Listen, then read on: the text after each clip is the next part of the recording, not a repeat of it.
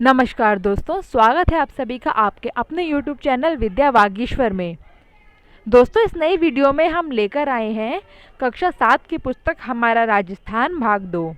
इससे पहले की वीडियोस में हमने कक्षा 6 की पुस्तक को कवर कर लिया था, जिसमें कुल 10 अध्याय थे और इसमें भी 10 अध्याय हैं, जिसमें से हम अध्याय 7 तक कवर कर चुके हैं। आज हम शुरू करेंगे नया चैप्टर अध्याय 8, जिसमें राजस्थान के शैक्षणिक सुधार और कुछ कुरीतियों के बारे में बताया गया है।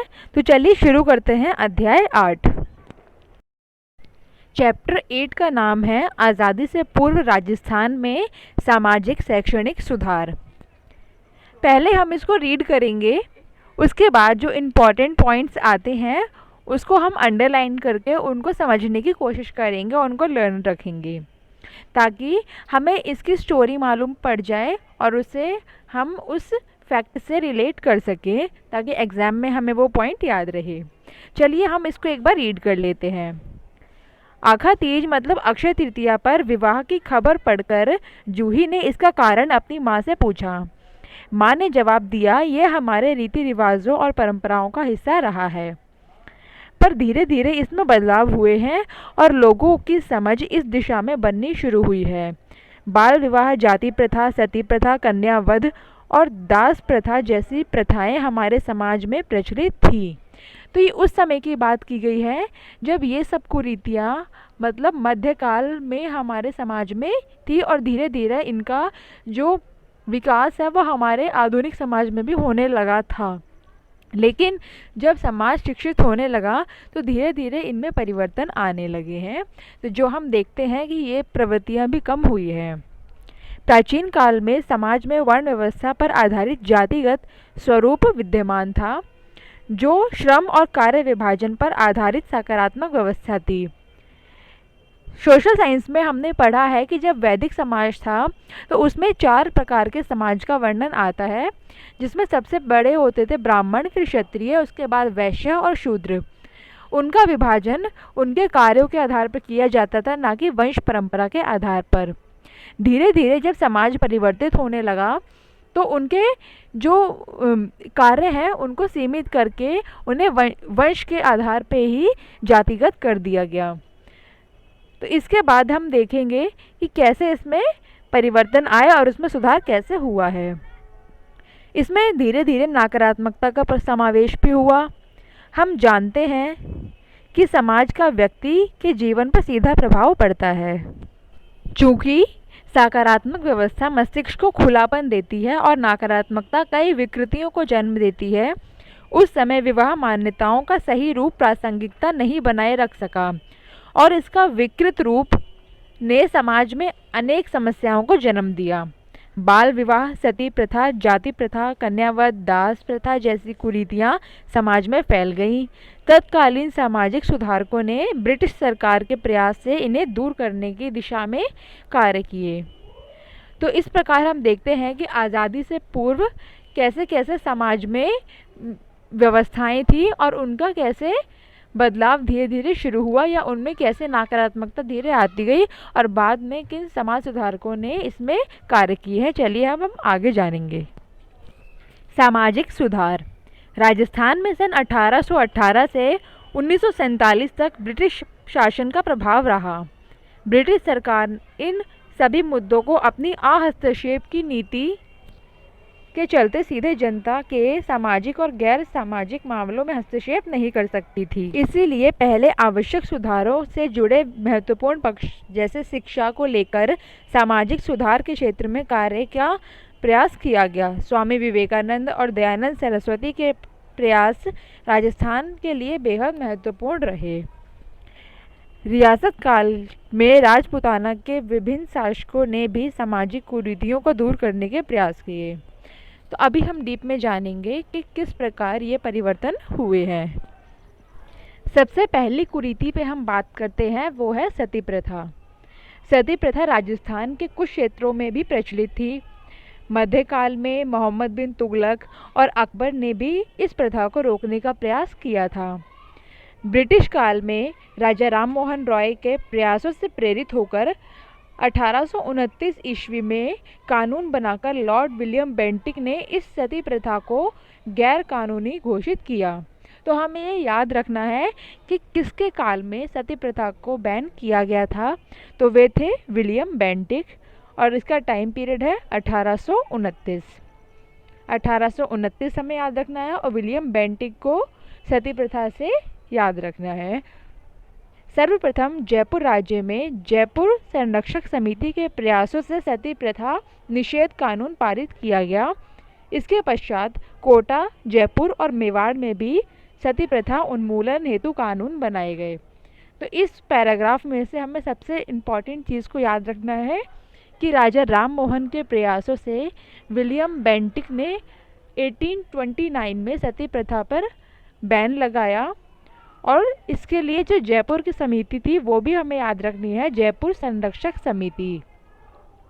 तो जयपुर संरक्षक समिति ने इसे निषेध कानून के रूप में पारित किया था।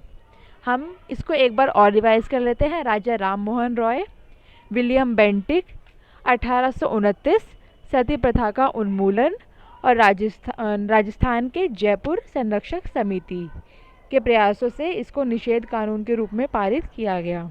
चलिए आगे बढ़ते हैं। सेकंड है कन्यावध प्रतिबंध। राजस्थान में सर्वप्रथम कोटा राज्य में कन्यावध को गैर कानूनी घोषित किया गया।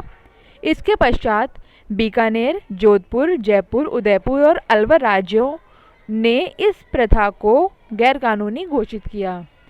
कन्या का वध किया जाना एक बहुत गलत बात थी, जिसके लिए कोटा ने सर्वप्रथम उसे गैर कानूनी घोषित किया था।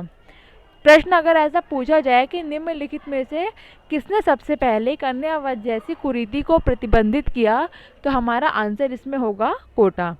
चलिए अब हम बात करेंगे बाल विवाह एवं अनमेल विवाह निषेध कानून। कम उम्र की कन्याओं का उनसे अधिक अवस्था के पुरुष से विवाह करना, अनमेल विवाह तथा अवयस्क बालक बालिकाओं का विवाह कर देना, दोनों ही कुरीतियां समाज में प्रचलन में थीं। इससे बालक बालिकाओं के शारीरिक और मानसिक स्वास्थ्य पर विपरीत प्रभाव पड़ता था, जो प्रगतिशील समाज के लिए उपयुक्त नहीं था। हम सभी जानते हैं, एक बुक है मनुस्मृति। मनुस्मृति को कौन नहीं जानता। इसमें राजनीति संबंधी बातों का बहुत अच्छे से वर्णन किया गया है, लेकिन एक कुरीति इसमें जो बताई गई वहाँ से जन्मी है। इसमें बालक की आयु 25 वर्ष और बालिका की आयु 12 वर्ष में विवाह करने की प्रथा बताई गई है, जिससे समाज का कई वर्ग प्रभावित हुआ था और धीरे धीरे ये परंपरा भी चलने लगी थी, जिसका प्रमाणिक रूप लोगों ने मनुस्मृति को भी दिया, जिसे प्रतिबंधित भी किया गया। इसके बाद हम बात करेंगे राष्ट्रीय स्तर पर अनमेल एवं बाल विवाह जैसी कुप्रथा को रोकने के लिए समाज सुधारक स्वामी दयानंद सरस्वती ने आवाज़ उठाई। 10 दिसंबर 1903 में अलवर रियासत ने बाल विवाह और अनमेल विवाह निषेध कानून बनाया। ये डेट हमें याद रखनी है, 10 दिसंबर 1903 अलवर रियासत ने बाल विवाह अनमेल विवाह निषेध कानून बनाया। इससे पहले हमने पढ़ा था सती प्रथा पर जो रोक लगी थी वो 1829 में विलियम बेंटिक के समय लगी थी, जिसमें राजा राम मोहन रॉय का प्रमुख रूप से योगदान था। कन्यावध प्रतिबंध में हमने पढ़ा कि कोटा ने सबसे पहले इसको गैर कानूनी घोषित किया। बाल विवाह संबंध में हमें याद रखना है, 10 दिसंबर 1903 अलवर रियासत ने बाल विवाह और अनमेल विवाह को निषेध कानून बनाया था। अब हम बात करेंगे दास प्रथा उन्मूलन पे। भारत में दास प्रथा प्राचीन काल में से अस्तित्व में थी। राजस्थान में इससे अछूता नहीं था। मुगलों के आगमन के बाद इस प्रथा को और बढ़ावा मिला। दासों की संख्या के आधार पर कुल और परिवार की प्रतिष्ठा एवं उच्चता का आकलन होने लगा। यह शासक, सामंत एवं धनिकों के यहाँ सेवा शुश्रूषा करने के लिए रहते थे, मतलब उनकी सेवा चाकरी करने के लिए रहते थे। इनकी सामाजिक स्थिति अच्छी नहीं थी। इस प्रथा को चाकर या हाली के रूप में समझा जा सकता है। इसे समाप्त करने हेतु अंग्रेजों द्वारा 1833 ईस्वी के चार्टर अधिनियम द्वारा समाप्त किया गया। इसके बाद हम जानेंगे डायन प्रथा के बारे में। राजस्थान में कुछ जातियों में स्त्रियों पर डाकन होने का आरोप लगाकर उन्हें मार डालने की कुप्रथा व्याप्त थी। यह अंधविश्वास पर आधारित थी। मेवाड़ और कोटा राज्यों में इस प्रथा का प्रचलन अधिक था। तो अभी आप देख रहे हैं हम इन स्वतंत्र जिलों को राज्यों के रूप में बोल रहे हैं क्योंकि ये राजस्थान के एकीकरण से पहले की बात है। 1853 में डाकन प्रथा की जानकारी मिलने पर एजीजी राजपुताना ने इस अमानवीय प्रथा को प्रतिबंधित करने हेतु कानून बनाने के लिए रियासतों के शासकों पर दबाव बनाया और कुछ रियासतों द्वारा इस प्रथा को गैर कानूनी घोषित किया गया। तो अभी हमने कुछ 5 प्रथाओं को देखा जिसमें सबसे ज़्यादा इम्पॉर्टेंट है सती प्रथा, जिनका संबंध है राजा राम मोहन रॉय विलियम बेंटिक। इसके बाद 1829 और जयपुर संरक्षण समिति भी इससे संबंधित है, ये हमें याद रखनी है। तो कुछ समितियां ये हमें याद रखनी है, कुछ प्रथाएं भी ध्यान रखनी है। चलिए आगे बढ़ते हैं। शैक्षणिक सुधार। भारतीय समाज में प्राचीन काल से ही शिक्षा का महत्व रहा है। प्राचीन काल में शिक्षा मुख्य केंद्र घरेलू शिक्षा, गुरुकुल, विद्या आश्रम, उपाश्रय, पाठशाला, मकतब और मदरसे, मठ आदि में दी जाती थी। परिवार प्राथमिक और व्यावसायिक शिक्षा के प्रमुख केंद्र होते थे। जो हमारा प्राचीन भारतीय समाज था, आर्य लोगों के आने से पहले भी यहाँ पे शिक्षा की बहुत अच्छी व्यवस्था होती थी। उसके बाद कुछ कुरीतियाँ और बाहरी आक्रमणों के कारण धीरे धीरे शिक्षा का वह रूप खत्म होता गया जो हमारे क्षेत्र में बहुत ही व्याप्त था, जहाँ बाहर से भी लोग पढ़ने के लिए आते थे। जब हमने हेनसांग के बारे में पढ़ा कि वो चाइना से आया था और उसने यहाँ पे ज्ञान ग्रहण करने के लिए, बौद्ध धर्म के ज्ञान के लिए अपना जीवन न्योछावर कर दिया और वो ज्ञान के प्रति समर्पित रहा और भारत में आके उसने ज्ञान की प्राप्ति की। तो हमारा जो भारत है ये ज्ञान देने के लिए शुरू से ही विख्यात रहा है, लेकिन बाहरी आक्रमण अंग्रेज़ों के आने से यहाँ पे उस प्रथा का बदलाव होने लगा। तो अब हम देखते हैं कि जो हमारी शिक्षा पद्धति है ये पूरी तरह से पाश्चात्यकरण का रूप ले चुकी है। हम क्योंकि बाहर के ही पाश्चात्य का ही अवलोकन करते हैं और उन्हीं को ही फॉलो करते हैं, तो इसलिए हम कुछ नया नहीं कर पाते, हम उसको बस फॉलो ही करते रह जाते हैं। तो यही इसका एक नकारात्मक प्रभाव है। चलिए अब हम आगे बढ़ते हैं। राजपूताना में भी शिक्षा विभिन्न काल क्रमों से गुजरी है। ब्रिटिश साम्राज्य ने 19वीं शताब्दी से पूर्व की शिक्षा को देसी शिक्षा इंडिजीनियस एजुकेशन से संबोधित किया। इसके बाद की शिक्षा को अंग्रेजी शिक्षा, पाश्चात्य शिक्षा और आधुनिक शिक्षा के नाम से संबोधित किया गया। इस प्रकार 19वीं शताब्दी में एक ओर शिक्षा का पारंपरिक स्वरूप नज़र आता है तो दूसरी ओर अंग्रेजी शिक्षा का प्रभाव। 1819 में आधुनिक शिक्षा का स्कूल अजमेर में खोला गया। इसके पश्चात पुष्कर, भिनाय और केकड़ी में भी स्कूल खोले गए, लेकिन लोगों द्वारा ईसाई धर्म की दी जाने वाली शिक्षा का विरोध किया गया। परिणाम स्वरूप ये सभी स्कूल बंद कर दिए गए। इसमें से एग्ज़ाम पॉइंट ऑफ व्यू से कोई ऐसा पॉइंट नहीं आया है जिसको हम लर्न करें, तो हमें इसको स्टोरी वाइज समझना है। 1835 ईस्वी में 1835 ईस्वी में जब अंग्रेज़ी भाषा राजकीय भाषा बन गई अतः अंग्रेजी शिक्षा प्रणाली का महत्व बढ़ा। फलस्वरूप रियासतों में आधुनिक शिक्षा प्रणाली को अपनाने वाले स्कूल खुलने लगे। 19वीं सदी के अंत तक जैसलमेर को छोड़कर राजपूताना की सभी रियासतों में शिक्षण संस्थाएं प्रारंभ हो चुकी थी।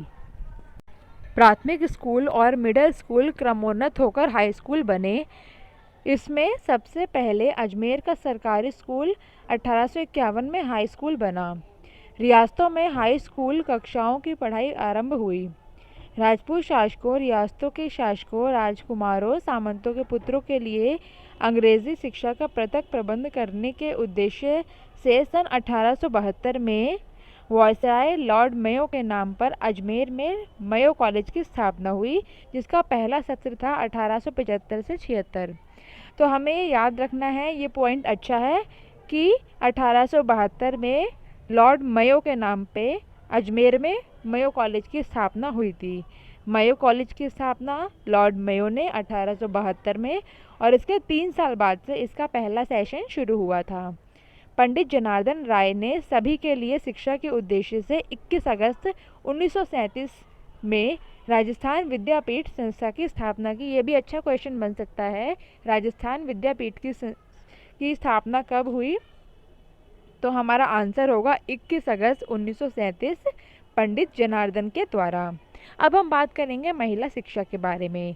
1861 में मिशनरी संस्था कन्या वर्नाकुलर स्कूल प्रारंभ किया।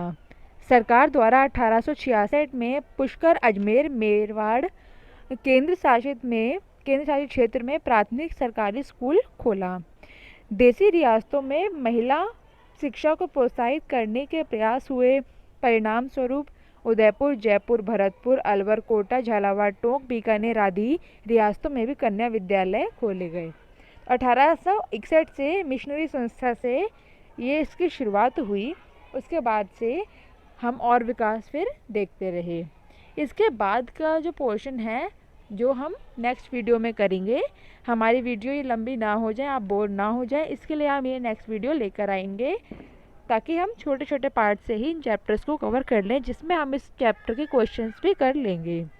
चलिए मिलते हैं नेक्स्ट वीडियो में। धन्यवाद। हमारी पिछले वीडियो की जो लिंक्स है वह आप हमारे वीडियो के डिस्क्रिप्शन से ले सकते हैं। Thank you.